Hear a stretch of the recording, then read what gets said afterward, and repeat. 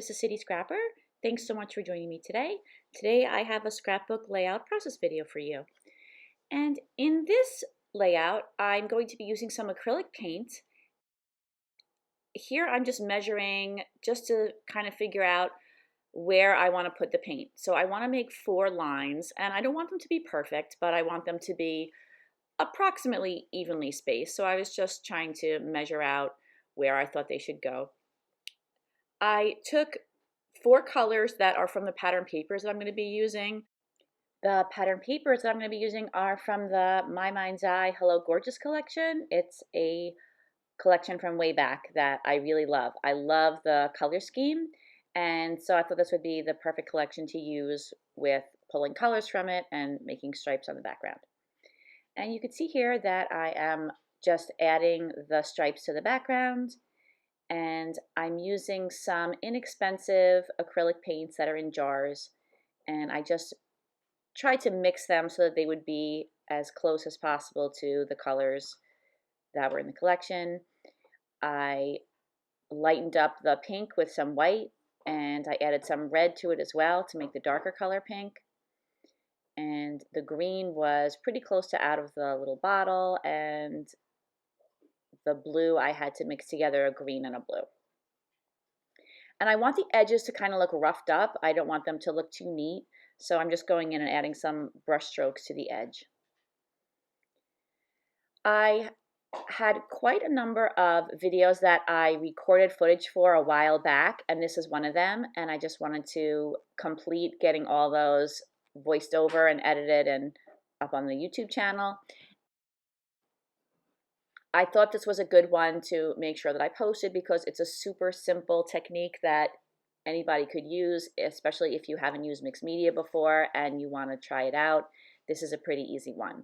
And a lot of people have acrylic paints in their stash. So I thought this was a good one. I'm adding some splatters now. I am watering down the paint, and then I am tapping one paintbrush on the other, and that tends to make little splatters. And I'm just splattering those around and just trying to keep it from looking too neat. I'm going through my stencils, and I picked this little flower one out. I got this at Tuesday Morning. I really like this small flower a lot. And I'm using Vicki Boutin modeling paste and just pushing that through the stencil. And what I'm doing is I'm putting down areas of the modeling paste, and then I'm drying it with my heat tool, and then I'm coming back in and putting other areas down, and in this way I make sure that I don't smear any of the flowers I already put down with the stencil. Since the acrylic paste creates such a solid block of color, which is a little different than when using watercolor sprays, it's not as opaque of a layer of color.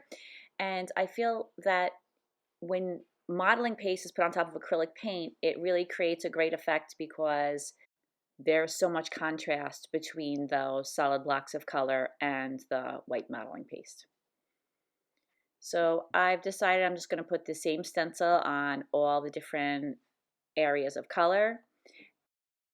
As usual with mixed media backgrounds, a lot of it does get covered up, but that's just kind of how it goes. It's just important to have it peeking through in the background. And now I'm just finishing up with the modeling paste, and I do dry it very well before I go on to the embellishing phase of the layout. The photo that I have here is, as usual, a photo of my 2 daughters, and this is from a couple of years ago, and I'm layering some papers behind the photo. You can see that I'm just cutting the papers into L's because I don't want to waste any of the paper in this collection. I realized that I didn't really cut that L quite right. I cut it from the wrong side, so now I'm just going back in and getting another piece of paper. And these papers are actually from greeting cards. I had bought a set of, like a collection set, and the greeting cards were included in it. So I was just using the greeting cards to back the photo because I won't use the greeting cards. Now I'm going in with some of the embellishments. I have the embellishments to the left. You could see the ephemera pieces. Some of those flowers were fussy cut out. I think the ones on the top right and the top left were cut out from one of the pattern papers. and that's something that I love about this collection. There's a lot of really beautiful flowers of different sizes. The white leaves, those are die cuts. I had those already cut out from other projects, and so I thought that those would be a nice addition to the ephemera, just kind of break it up a little bit. And so I'm just arranging things around. In addition to the ephemera, I'm also using some buttons. You can see there's a big white button toward the top on the left, and then one near the Hello Beautiful piece of ephemera on the right, and those are just buttons from my stash. And I'm creating a little banner at the bottom using some little pieces that were in the ephemera pack. And I'm also adding around some little tiny elements. There's little tiny buds, which I cut out of the pattern paper, and there's also little teeny tiny flowers, and a lot of those were in the ephemera pack. I like the way different size embellishments adds a lot of interest to the page.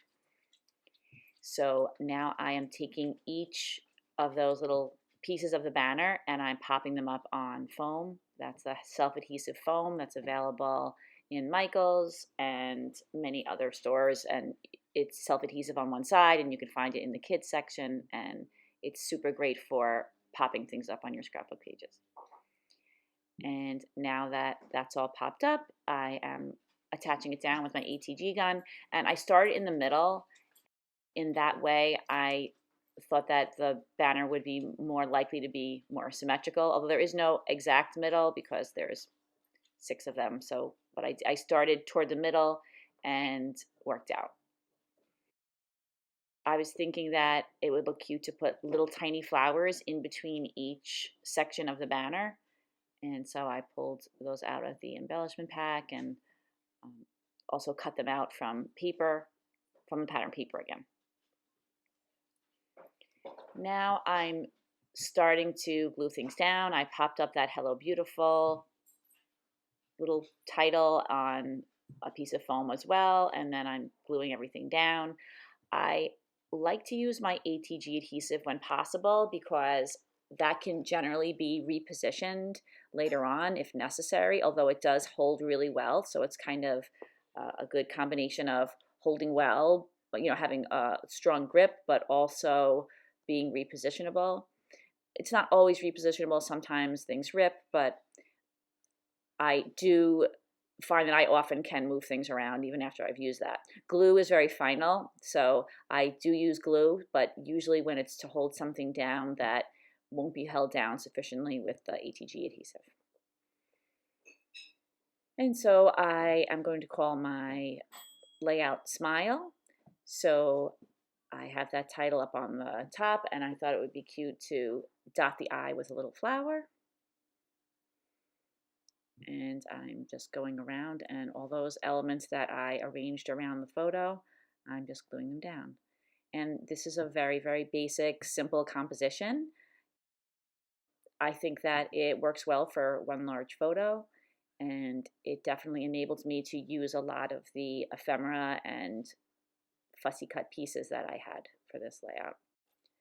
Several years ago, I only made layouts that were just pattern paper and embellishments. I hadn't tried mixed media. I was watching videos like Missy Whidden videos and Caddy Miranda and Audrey Yeager, and I gave it a shot one day. I tried using some inexpensive watercolors on a piece of paper, and I've been kind of hooked ever since, and I feel like it's really worth trying.